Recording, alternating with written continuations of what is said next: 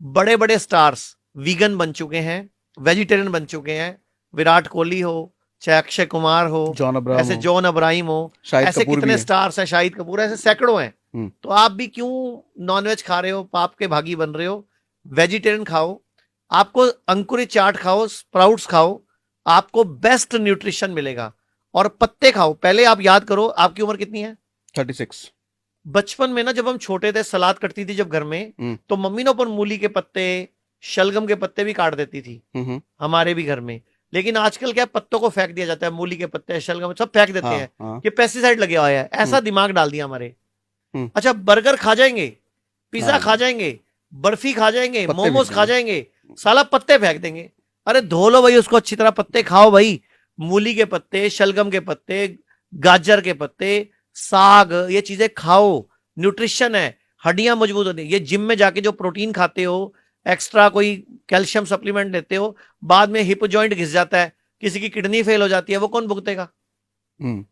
तो मेरा तो एक ही मकसद है कि जिस खाने के लिए हम बने हैं वही खाना खाना चाहिए। नेचुरल, नेचुरल खाना खाने के लिए हम बने हैं, प्राकृतिक खाना।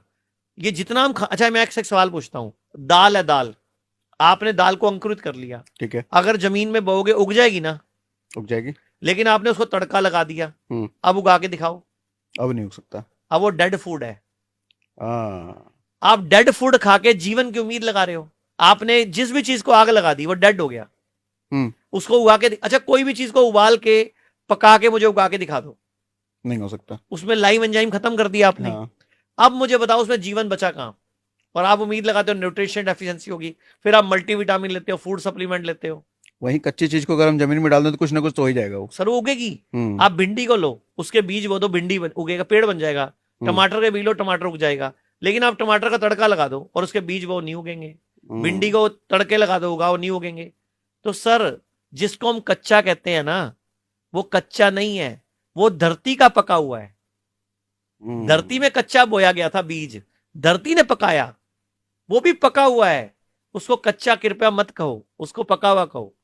उल्टा हम लोग जो खा रहे हैं वो डेड फूड खा रहे हैं, वो जीवन नहीं देगा। एक बात बताओ, हमारे दादा परदादा 100 साल, 120 साल जिया करते थे, तो ऐसा क्या हो गया हम 60 साल में, 66 साल में, 65 साल में मर रहे हैं? भारत की एवरेज है 66 है, जापान की 84 है, चाइना की 79 है, अमेरिका की 72 है, रशिया की 78 है, इंडोनेशिया की 76 है। भारत की 66 क्यों है?